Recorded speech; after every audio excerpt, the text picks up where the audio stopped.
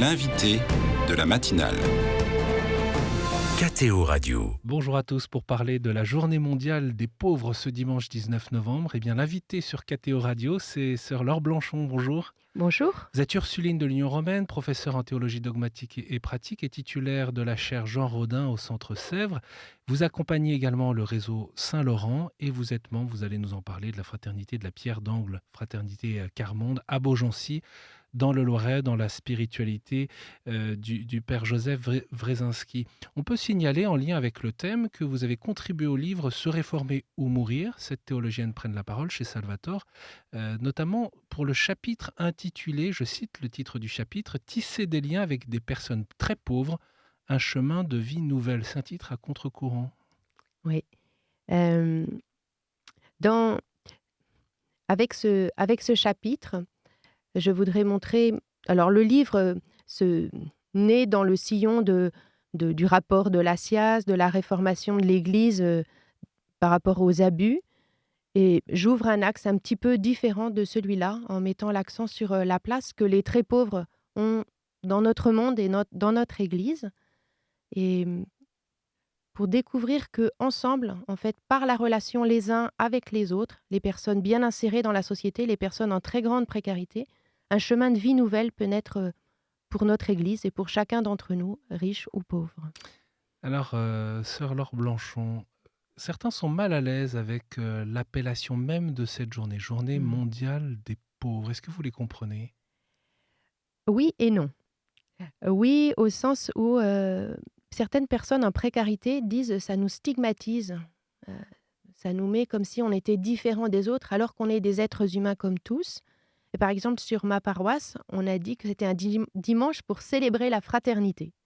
Donc tous, les uns et les autres, avec une attention spécifique à ceux qui sont plus à la marge. Et en même temps, je pense que c'est important de nommer les choses.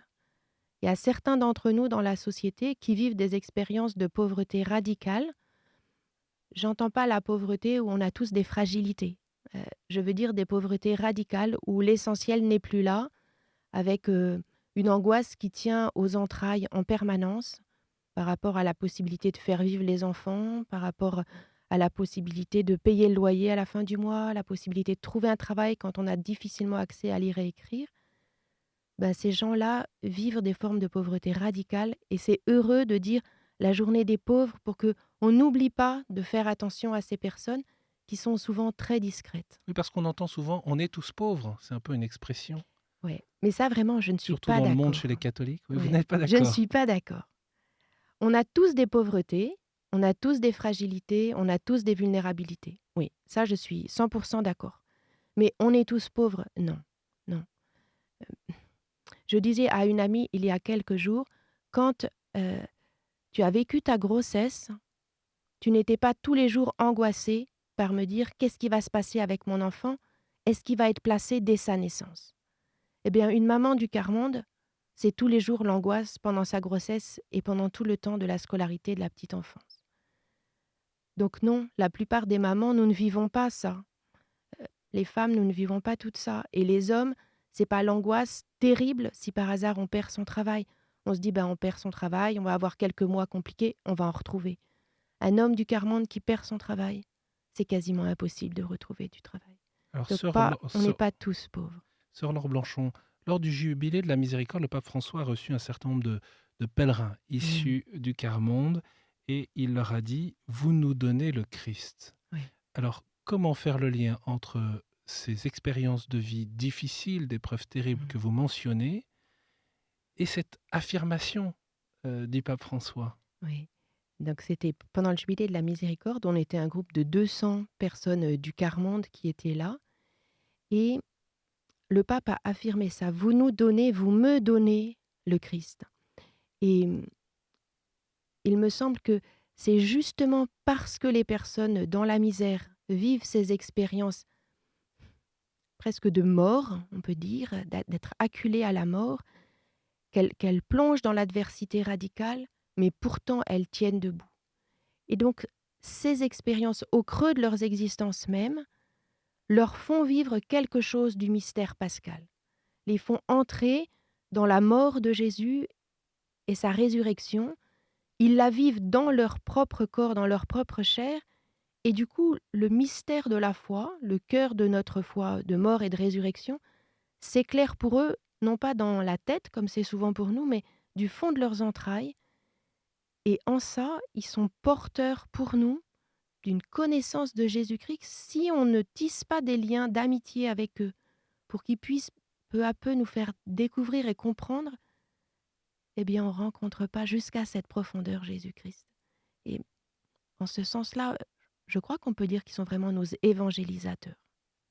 Autrement dit, ça n'est pas seulement cette proximité auquel les chrétiens sont appelés à vivre avec les personnes en situation de précarité, avec les personnes pauvres, ça n'est pas seulement au nom de la fraternité, pas seulement même pour vivre la solidarité, c'est aussi une question de foi. Ah oui, je pense.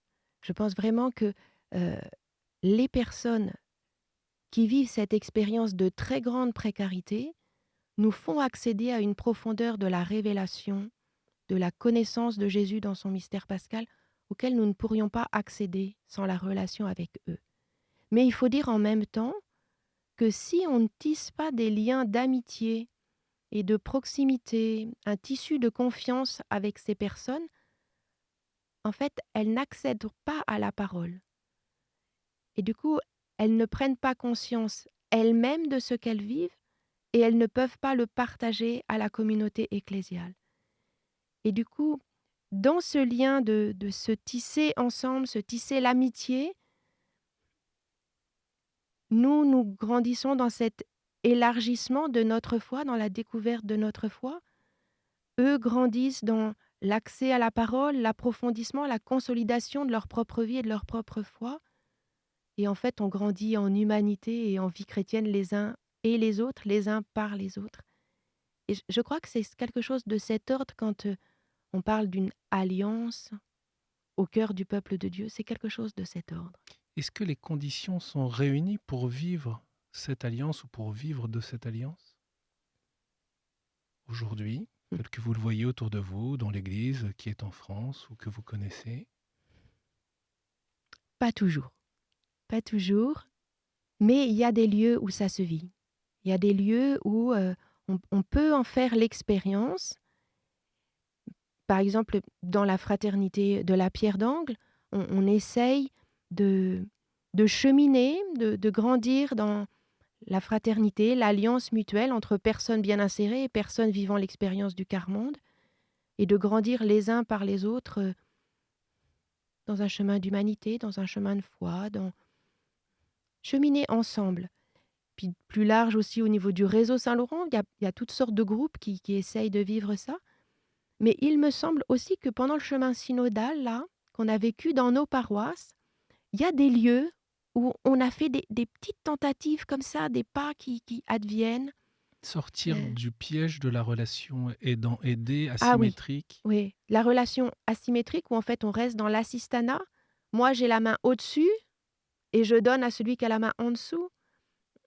Ça, en fait, la personne en très grande précarité reste dans une situation d'humiliation, d'infériorité. On n'aide pas à accéder à la parole à part à un merci qui est infantilisant et humiliant. Et nous, qui donnons, ça nous met en posture de supériorité et ça nous fait croire qu'on est plus grand que les autres. C'est faux pour tout le monde. Ça Passer de faire détraque. la charité à vivre la charité. Oui, même à devenir frère. Euh, et oui, vivre la charité au sens de déployer l'amour de Dieu au milieu de nos relations entre humains. Ouais. Racontez-nous votre expérience de partage biblique avec votre fraternité de la Pierre d'Angle. Donc on se réunit une fois par mois, ensemble. Dans le groupe de Beaugency, on est un tout petit groupe, hein, on est 5, 6, 7, ça dépend des semaines. Euh, et puis, on commence tout simplement à faire le signe de croix déployé ensemble. Puis, on partage un bref passage de la vie du Père Joseph Wresinski. Et les personnes qui vivent la précarité soulignent « Ah ben, ça m'éclaire sur ma vie » et puis font des liens avec leurs existences. Et mon expérience au fil des mois, c'est que ça leur permet de relire leurs existences et de mettre des mots sur certaines expériences particulièrement dures ou bien de trouver des mots pour exprimer quelque chose qu'ils découvrent sur Jésus ou sur la foi ou sur l'Église. Donc ça, c'est un premier temps qui nous occupe un bon quart d'heure, 20 minutes. Puis après, on rentre dans le partage de la parole de Dieu. Donc là, selon les fois, on partage tout simplement en lisant le texte, mais ça peut être aussi avec d'autres manières plus euh, pédagogiques, plus actives, parce que certains dans nos groupes n'ont pas accès à lire et écrire. Donc, voilà, en faisant un évangile incarné, en faisant comme un théâtre, puis en relisant l'expérience vécue, ou bien en faisant ça sous forme dialoguée, de permettre aux personnes d'entrer dans la parole de Dieu. Souvent, elles y sont comme de plein pied parce qu'elles collent à celui qui est en souffrance ou en adversité dans le récit. Et donc, c'est les aider à prendre un peu de distance pour découvrir le message que le Seigneur vient dire à cette personne de l'Évangile et aussi à elle. Puis dans l'interaction, on s'aide les uns les autres à aller plus loin dans le texte. Puis on finit par un temps de prière, souvent d'action de grâce et d'intercession pour ceux qui sont absents. Et puis le dernier temps, c'est le temps du goûter ensemble. Euh, et tout ça fait une expérience de fraternité qui saisit toutes les dimensions de notre être, hein. Est-ce que, ma sœur, ce partage biblique très simple que vous évoquez, il vous permet de vivre ce que vous expliquiez au début de notre échange, qui était cet approfondissement de la foi? Vous qui êtes Oui. théologienne, Ben, euh, vous qui enseignez, ouais, vraiment, je peux témoigner que ce que j'entends de la parole des personnes très pauvres pour leur manière de rendre compte de tels ou tels éléments de l'Évangile m'ouvre les yeux sur certains passages de l'Évangile. Oui, je les ai lus, mais là, tel, tel point ou tel autre est éclairé pour moi. Euh, Par exemple, un de nos derniers partages à Beaugency, on avait partagé sur l'évangile de l'Annonciation. Et il y a une femme qui connaît la difficulté du chômage en ce moment. Et elle reformulait ce que Marie me disait à l'ange, je suis la servante du Seigneur, en disant, bon ben Seigneur, je suis d'accord, maintenant tu gères.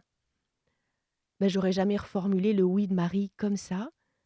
Mais en fait, ça m'éclaire de dire, ben oui, c'est avoir confiance et assurance que le Seigneur va pourvoir en toutes choses et gérer les choses. Ces déplacements de mots euh, aident à entrer plus loin dans l'Évangile. Et aussi, quand cette femme disait ça, je sentais combien c'était avec tout son poids de vie et d'existence qu'elle acquiesçait, de même que Marie le faisait. brièvement on peut citer le thème de cette journée mondiale des pauvres, ne détourne ton visage d'aucun pauvre, tiré de la Bible, du livre de Tobie. Je vous invite, vous tous qui nous écoutez, à aller le lire. Ce message, vous le trouvez sur le site du Vatican, ou bien sur le site de KTO, ktotv.com, avec cette attention ou cette manifestation que les personnes les plus pauvres peuvent nous aider à dépasser les modèles de notre culture actuelle, l'appel au bien-être, l'exaltation de l'apparence physique, de la réussite, la fuite de la souffrance aussi et des épreuves. Vous l'avez dit tout à l'heure, les très pauvres peuvent être nos éducateurs. Ouais. Les très pauvres peuvent être nos éducateurs et on peut grandir en humanité les uns par les autres, les uns avec les autres. Et dans le message du pape, il pointe cette invitation à partager et la parole et le repas ensemble. Bien, de tenir ça, commencer par la convivialité et l'amitié ensemble, que finalement quelque chose advient de neuf pour nous, chacun d'entre nous, riches et pauvres. Et justement, j'aimerais qu'on finisse notre échange sur une recommandation, peut-être un conseil, une idée pour bien vivre cette journée mondiale des pauvres. Donc dimanche demain sera la journée mondiale des pauvres. Voilà, je vous encourage à trouver un chemin, chacun le sien. Ça peut être tout petit en souriant à une personne en précarité qu'on va croiser dans la rue, mais ça peut être, si on sait dans notre voisinage, une personne très isolée, l'inviter à table, ou bien de proposer au prêtre de la paroisse, s'il est encore temps, de faire un apéro fraternel à la fin de la messe. Voilà, tout est possible et ça peut être tout simple, mais cette attention à la fraternité ensemble. Merci beaucoup, sœur Laure Blanchon, d'avoir été avec nous ce matin. Je rappelle le titre de cet ouvrage que j'ai cité, Se réformer ou mourir. Cette théologienne prenne la parole chez Salvatore. Et puis bien sûr, je rappelle que KTO consacre une programmation spéciale liée à cette journée mondiale des pauvres ce dimanche 19 novembre, avec notamment la messe présidée par le pape François en direct de Rome à 10 heures. Merci beaucoup. Merci beaucoup.